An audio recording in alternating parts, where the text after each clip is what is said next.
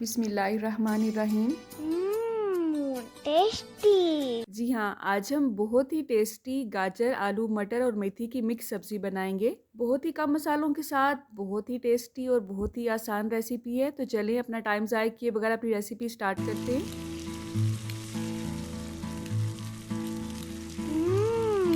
Tasty. जी, तो यहाँ पे हमने कुकिंग ऑयल लिया है 1/4 कप के हिसाब से।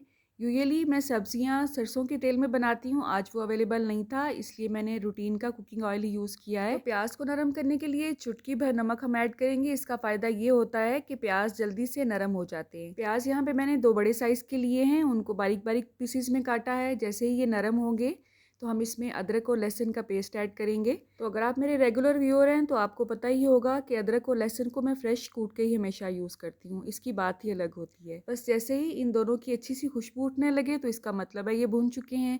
अब इसमें रूटीन का नमक ऐड करेंगे 1 चम्मच, आप अपने हिसाब से ऐड कर सकते हैं। सुरख मिर्च का पाउडर ऐड करेंगे 1 चम्मच।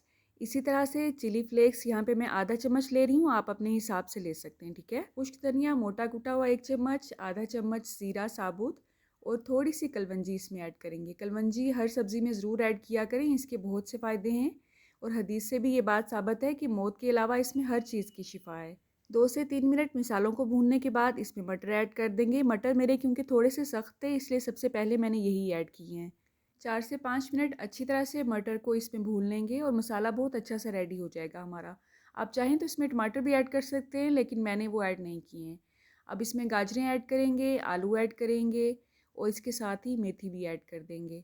3 अदद दरमियाने साइज़ के आलू थे मेरे पास और 1 किलो गाजरें थी। आधा किलो मटर में से तकरीबन 1 पाव ही दाने निकले होंगे और 2 गट्टी इसमें मैंने मेथी के लिए हैं। मेथी को मैंने काटा नहीं है, जस्ट उसके पत्ते उसकी डंडियों से रिमूव किए हैं। आप चाहें तो उसकी कटिंग भी कर सकते हैं लेकिन इसकी डंडियाँ आपने इसमें नहीं डालनी है। सब्जियों को जल्दी से गलाने के लिए 1/4 कप के हिसाब से मैंने इसमें पानी ऐड किया है और बहुत ही कम टाइम के लिए मैंने इसका प्रेशर बंद किया था। इसकी विसल बजने से पहले ही मैंने इसको खोल लिया था और अल्हम्दुलिल्लाह सब्जियां बहुत अच्छी तरह से गल चुकी थीं। आप चाहें तो रेगुलर देगची में बगैर प्रेशर कुकर के भी इसको बना सकते हैं, इसमें ऐसा कोई इशू नहीं है, ठीक है। और अगर आप इसको बहुत हल्की आंच पे पकाएंगे ढक्कन बंद करके तो आपको इसमें पानी ऐड करने की भी बिल्कुल ज़रूरत नहीं पड़ेगी।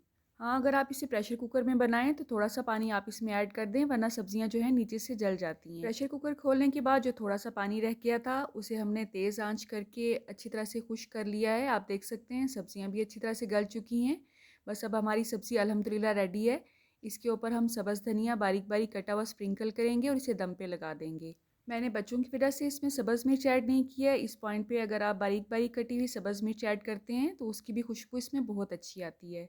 सब्जियां हमारी सेहत के लिए बहुत ज़रूरी होती हैं, इसलिए जब भी जिस सब्ज़ी का मौसम हो उसे ज़रूर ट्राई करना चाहिए। अल्लाह आप सबका दस्तरखान सजाए रखे और हम सबको सेहत और ईमान का रिस्क अता फरमाए। अल्लाह हम सब के रिस्क में कसरत, बरकत और आसानी अता फरमाए। रुके रुके सुने, जाने से पहले वीडियो को लाइक कर दें, अच्छी लगी तो शेयर कर दें और सब्सक्राइब करने के बाद बेल का आइकन भी ज़रूर प्रेस करें। जज़ाकल्लाह। मेरी नेक्स्ट वीडियो तक अल्लाह हाफिज़।